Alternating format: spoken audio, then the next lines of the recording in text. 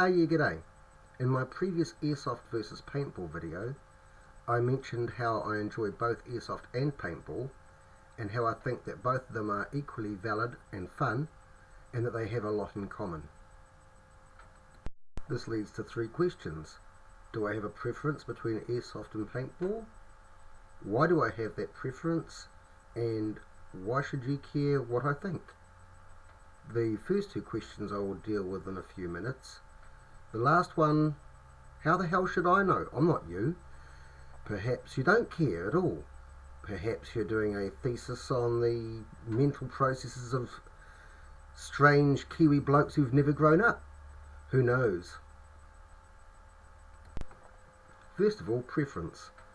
That's Airsoft. This doesn't mean to say I'm going to run around saying, oh, paintball's gay, I hate paintball, because I don't. I love paintball. I think it's a great game, great sport. Enjoyed playing it and wish I could play it more frequently. As I said in my previous video, the only niggle that I have with paintball is the paint itself, which, unless you're playing frequently and using a lot of paint, is a rather expensive exercise when the paint itself goes off between games. But that's because I don't get to play as frequently as I'd like, so it's not something that's going to be a problem for everyone. As to why I prefer Airsoft, it's very subjective and is more about me and what I value and treasure, and less about the games themselves. The first point being realism. I really enjoy extremely realistic weapons. I enjoy playing with people who are using realistic weapons, and in that respect, Airsoft beats paintball hands down. The majority of paintball markers look like, well, a paintball marker. They've got a bloody great hopper on top of them, they've got a gas feed or a gas bottle attached to them, it's got a rudimentary stock and trigger system on it, and a barrel. It looks vaguely gun-shaped, but it is also very, very obviously a paintball marker.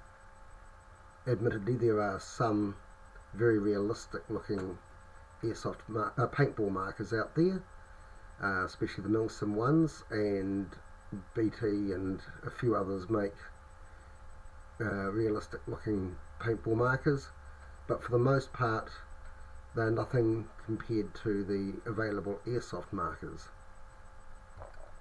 And still following on with the theme of realism, we have variety. So even if you wanted a realistic looking paintball marker, you're extremely limited in your options. Basically M4 variants or AK-47 variants for the long arms, and for the pistols you've got Sig Sauer P226, Glock 17 and Volta P99. Those are pretty much the only options. Despite the large number of 1911A1 fans out there, there is currently no paintball version of a 1911 pistol. Surprises the living daylights out of me considering the popularity of the 1911, but there you go. Whereas with Airsoft, there is a vast range of weaponry out there. No matter what you want to dress up like, no matter what your favourite weapons are, you can pretty much find it in Airsoft. My first day playing Airsoft, I went out, I was wearing a Czechoslovakian CZ75 on my hip. I'd borrowed a Heckler & Koch G36C, wandering around next to a person who's got a pump action shotgun. Off to my left there's a guy with a bolt action sniper rifle. There's a couple of guys with AK-47 variants and a couple of M4s. It looked like a full-blown mercenary troop armed with very realistic weapons. And to me, as I said, realism is important. And that variety there, we've got 1911s, we've got SIGs, we've got Glocks, we've got CZ75s, we've got Desert Eagles. It just goes on and on and on. Doesn't matter whether you prefer a shotgun or a bolt action or an assault rifle, sniper rifle, pistol, what brand of pistol. If you want to dress up full Russian kit, you can do so. If you want to dress up in modern Desert Storm gear you can, and have the appropriate weapons to match. And since I like to sort of mix and match a few things and get my outfit sort of customized, the variety that is out there is great for me.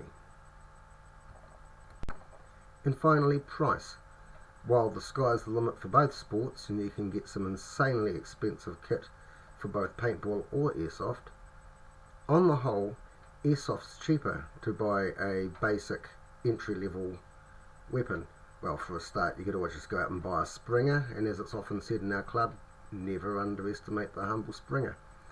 The other one is there's a large number of fairly inexpensive AEGs, or if you're limited to semi-automatic fire as we are here in New Zealand, SEGs, the semi-automatic electric guns and automatic electric guns. You don't have to shell out a large amount of money on a GBB if you can't afford it, whereas it tends to get rather costly when you're buying the paintball markers. The entry-level paintball markers are still pretty pricey by comparison. My AK-47 semi-automatic electric that I got from China set me back less than a brand new entry-level paintball marker would do.